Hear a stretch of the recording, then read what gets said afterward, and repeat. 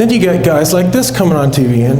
And remember, all these guys that come on and do their prognostications and their forecasts, they're paid to forecast and predict. So it's not like the fearmonger that's trying to get you to do something, to buy something. These guys are actually paid, and they're probably ethical people, and that's probably what they believe, but that's what they're paid to do.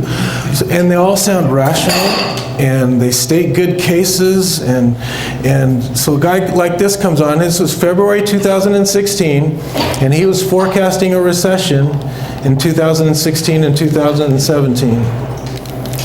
Back to 1964, every period where credit growth was in decline, you ended up going towards recession. And there are some thresholds. Specifically, if credit is not growing above a 2% net of inflation number, you're going to find yourself in recession. Again, it's a pretty consistent trend, and you don't have it in government spending, you don't have it in corporate spending, you don't have it in areas where you normally see credit growth. It's just insufficient. So the odds are that we are going to be in recession 2016, and maybe even stretching into 2017. So, sounds reasonable, right? And you have to remember, if you remember back to early 2016, we had one of the worst Januaries in decades in the markets, and the beginning of February was no better. And a guy like this comes on TV, and you make a decision based upon his prognostication.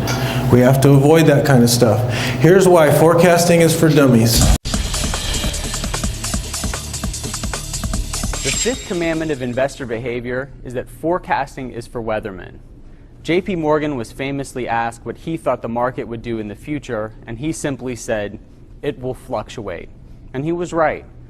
Philip Tetlock of UCLA is the foremost expert in analyzing forecasts and found two things: that the more dramatic the past forecast, the more error-filled future forecasts were likely to be, and also found that the more famous the expert, the worse their forecast turned out to be.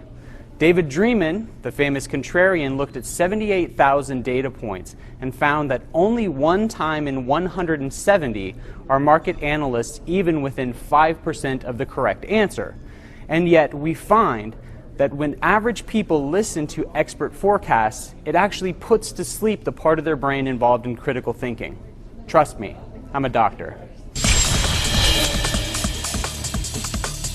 So, first of all, that's miserable. One time in 170, are they within 5% of their forecasts? So when you see these guys come on TV or on your computer, on the internet, or in your email inbox, don't let them put to sleep the part of your brain for critical thinking. Don't let them do that.